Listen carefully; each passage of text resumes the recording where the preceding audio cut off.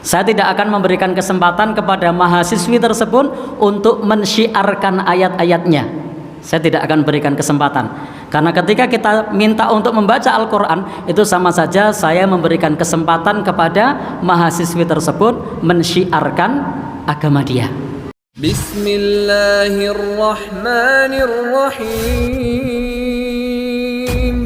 Ulangi sekali lagi pelan-pelan. Matius 7 ayat 7. Oke. Mintalah maka akan diberikan kepadamu, carilah maka kamu akan mendapatkan, ketoklah maka pintu akan dibukakan bagimu. Baik, kira-kira tahu nggak di Quran ada yang ayat mirip seperti ini? Quran surah kedua ayat 186. Wa idza sa'alaka ibadi anni fa inni qarib ujibu da'watad da'i idza falyastajibu wal yu'minu la'allahum.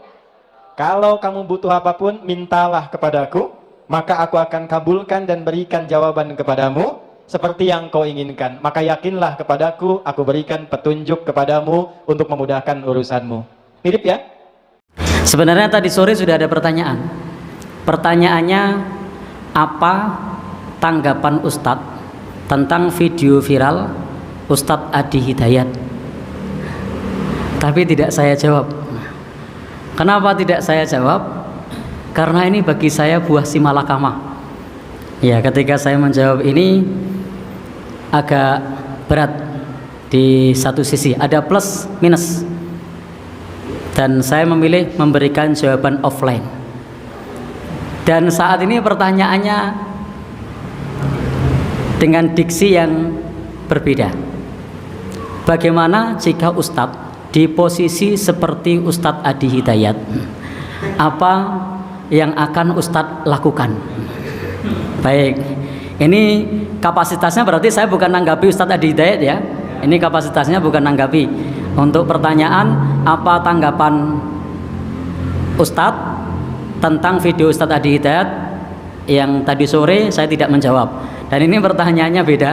Pertanyaannya adalah bagaimana jika Ustadz berada di posisi seperti Ustadz Adi Hidayat dalam video yang viral yang terkait dengan surat Maryam dan surat Yohanes. Baik, ini teman-teman semua yang berbahagia yang dirahmati oleh Allah Subhanahu wa taala. Tanpa mengurangi rasa hormat saya dengan Ustadz Adi Hidayat, beliau adalah salah seorang ulama harismatik, followernya banyak, dan beliau juga keilmuannya di negeri ini diakui. Beliau juga sesepuh kita, bahkan beliau adalah seorang guru, seorang ulama yang sangat dermawan. Kita sudah masyhur itu. Beliau banyak mengumrohkan para jamaahnya, beliau banyak membantu orang-orang yang kekurangan, sangat sedikit sekali yang mampu seperti beliau. Sehingga apa yang saya sampaikan ini murni jawaban saya atas penanya yang menyampaikan, andai saya di posisi seperti Ustadz Adi Hidayat, apa yang akan saya lakukan. Jadi tanpa mengurangi rasa hormat saya kepada beliau. Dan beliau adalah seorang ustadz yang keilmuannya diakui. Beliau hafal Al-Quran, beliau hafal hadis-hadis Nabi. Tidak hanya sekedar hafal, beliau paham pojok kanan atas, pojok bawah, beliau sudah hafal itu. Sementara saya hanya sebagai seorang dai mubalek tarkam. Tarkam itu antar kampung, sehingga bukan kapasitasnya menanggapi video beliau, tapi ini pertanyaan jika saya berada di posisi seperti beliau, apa yang akan saya lakukan. Baik, jika berada di posisi beliau, maka saya ketika memanggil mahasiswi atau mahasiswa non muslim, yang akan saya tanyakan adalah bagaimana kesan Anda kuliah di kampus Muhammadiyah.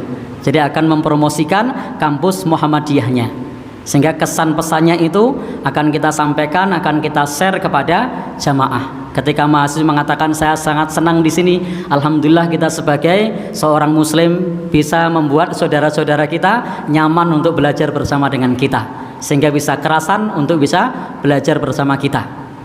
Saya tidak akan memberikan kesempatan kepada mahasiswi tersebut untuk mensyiarkan ayat-ayatnya. Saya tidak akan berikan kesempatan. Karena ketika kita minta untuk membaca Al-Quran, itu sama saja saya memberikan kesempatan kepada mahasiswi tersebut mensyiarkan agama dia. Dan jika ternyata tidak terduga, ternyata mahasiswi tersebut membaca ayat-ayat, maka saat itu kita harus bisa punya posisi yang jelas.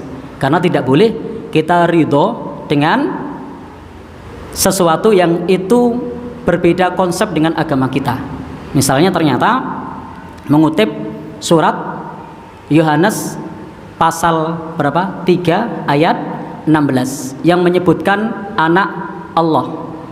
Maka kalau kemudian saya hafal surat Maryam, maka saya akan menerjemahkan bahwasanya saya adalah hamba Allah. Nah, saudara-saudara muslim, disinilah letak perbedaan kita. Subhanallah, kalau di agama saudari kita ini posisinya sebagai anak Allah, tapi kalau di dalam agama kita posisinya adalah sebagai hamba Allah, dan itu adalah keyakinan kita. Dan kita punya konsep lakum dinukum waliyadin, bagimu agamamu, bagiku agamaku. Kenapa? Karena memang ini adalah konsep yang berbeda. Dan di sini di dalam terjemahannya adalah menjadikan aku sebagai seorang nabi, bukan sebagai penyebar risalah yang terbaik. Karena yang di dalam Al-Quran tersebut disebutkan bahwasanya wa ja'alani nabiyya, dan menjadikan aku sebagai seorang nabi. Selain disebutkan inni Abdullah, aku adalah hamba Allah, juga Allah firmankan bahwasanya wa ja'alani nabiyya, dan menjadikan aku sebagai seorang nabi. Jadi diterjemahkan saja menjadikan aku sebagai seorang nabi, tidak menerjemahkan sebagai seorang penyebar risalah yang terbaik. Karena kita meyakini bahwa asyraful anbiya wal mursalin, nabi yang paling mulia, rasul yang paling mulia adalah Rasulullah sallallahu alaihi wasallam. Baik, andai ini sesuai penanya, andai saya menjadi beliau, maka di situasi seperti itu adalah situasi yang sangat sulit bagi saya, situasi yang sangat sulit bagi saya, dan bukan satu angan-angan dan keinginan untuk dalam posisi seperti itu. Maka jika saya dalam situasi dan posisi seperti itu, belum tentu saya mampu untuk melakukan hal-hal seperti yang saya sampaikan tadi. Maka kita harus memahami bagaimana situasi dan posisi Ustadz Adi Hidayat saat itu, dan ada plus minusnya.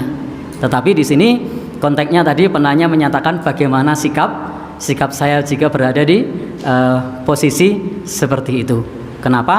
Ya, tidak menyampaikan, memberi kesempatan untuk membaca ayat-ayatnya, karena tidak ingin memberikan kesempatan kepada orang lain mempromosikan agamanya. Tetapi cukup kita promosikan kampus Muhammadiyah kepada siapapun, dan cukup kita sampaikan bahwa toleransi kita itu adalah bisa sekolah bersama, bisa kuliah bersama, dalam masalah kemanusiaan menjunjung tinggi-tinggi nilai-nilai kemanusiaan, menjunjung tinggi nilai keadilan. Bahkan Al-Quran mengatakan kepada kita, wala yajrimannakum syana'anu qaumin ala alla ta'dilu, janganlah kebencianmu kepada suatu kaum membuat kamu berlaku tidak adil.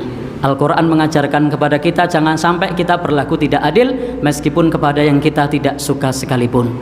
Jadi Al-Quran mengajarkan kepada kita agar kita menjunjung tinggi nilai-nilai keadilan. Al-Quran sudah mengajarkan kepada kita untuk lakum dinukum waliyadin. Toleransi kita tidak mencampuri umat beragama lain, tidak mengganggu umat beragama lain. Toleransi kita berusaha untuk bersama-sama dalam perkara-perkara yang terkait dengan perkara yang bukan akidah. Bisa saling membantu dalam hal pembangunan jalan, bisa pula ketika mereka sakit kita menengok, mengobatinya, bahkan boleh mendoakan dalam urusan-urusan duniawi agar sakitnya sembuh, bahkan boleh juga mengajarkan ilmu-ilmu dunia, itu tidak masalah.